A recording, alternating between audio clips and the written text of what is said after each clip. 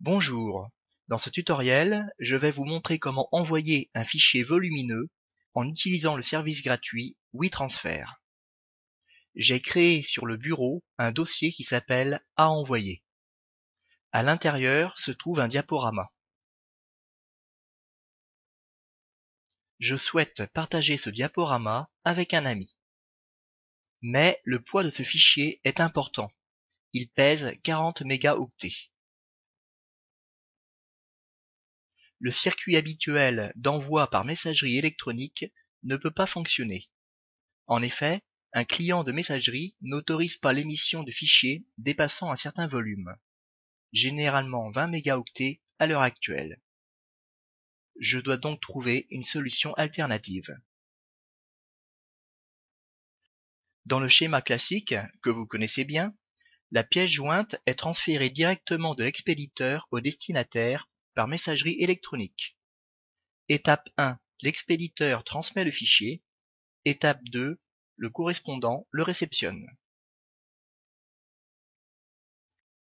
Lorsque le fichier à transmettre est vraiment très lourd, la messagerie ne suffit plus. À la place, on peut utiliser un service comme WeTransfer, qui va servir d'intermédiaire entre l'expéditeur et le destinataire. Le principe est simple. L'expéditeur, à l'étape 1, envoie son fichier sur WeTransfer, qui fait office de serveur en hébergeant temporairement le fichier. Il suffit ensuite au destinataire, à l'étape 3, de récupérer le fichier sur WeTransfer en le téléchargeant sur son ordinateur. Passons à la démonstration en temps réel. Ouvrez votre navigateur Internet, allez sur Google et entrez le mot-clé WeTransfer. Sur la page de résultats, cliquez sur le premier lien.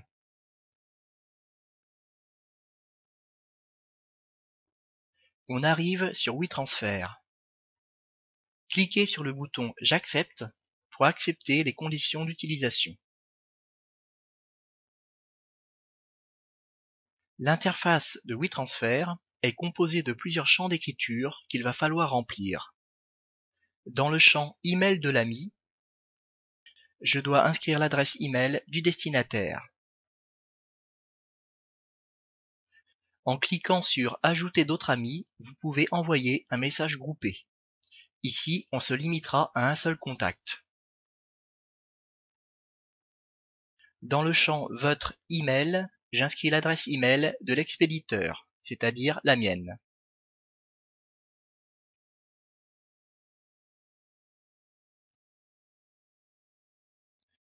Le champ du bas est facultatif. Je peux y écrire un petit message d'accompagnement.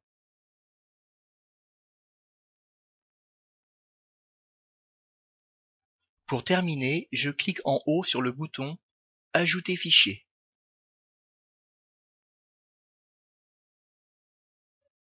Dans la fenêtre qui s'ouvre, je vais chercher mon fichier. Dans cet exemple, il se trouve sur le bureau et dans le dossier à envoyer. Je le sélectionne et je clique sur Ouvrir. Le nom du fichier sélectionné apparaît en haut. Dernière étape, il reste à transférer le fichier sur le serveur. Pour cela, je clique sur le bouton Transfert. Le transfert du fichier commence. Il sera terminé quand il aura atteint 100%. Comme le fichier est volumineux, je vais devoir patienter un moment. Ce temps varie en fonction du poids du fichier et de la rapidité de ma connexion Internet.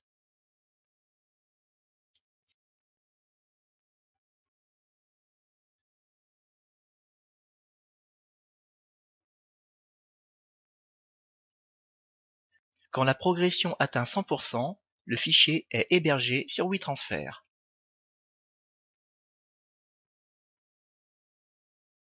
Je clique sur OK et je peux quitter WeTransfer. Plaçons-nous maintenant dans la peau du destinataire afin de récupérer le fichier. Pour cela, je me connecte à sa messagerie électronique. Je m'identifie et je valide. Me voici dans la messagerie. Vous constatez que le destinataire a reçu un message de WeTransfer. Ouvrons ce message. Il contient un bouton de téléchargement. Je clique sur ce bouton et je bascule automatiquement dans WeTransfer. Je clique alors sur le mot Download qui signifie télécharger pour lancer le téléchargement depuis mon navigateur.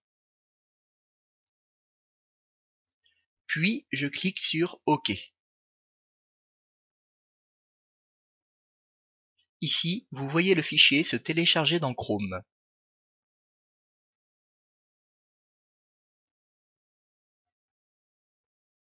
À l'issue du téléchargement, il suffira de récupérer le diaporama dans le dossier qui réceptionne les fichiers téléchargés, à savoir, la plupart du temps, dans le dossier téléchargement de l'ordinateur. Dernière précision. Dans ce tutoriel, je n'ai envoyé qu'un seul fichier. Mais WeTransfer vous permet d'en ajouter plusieurs au sein d'un même envoi, pour un poids total qui peut atteindre 2 gigaoctets, ce qui est vraiment énorme. Voilà, ce tutoriel est terminé. Je vous remercie de votre attention et à bientôt.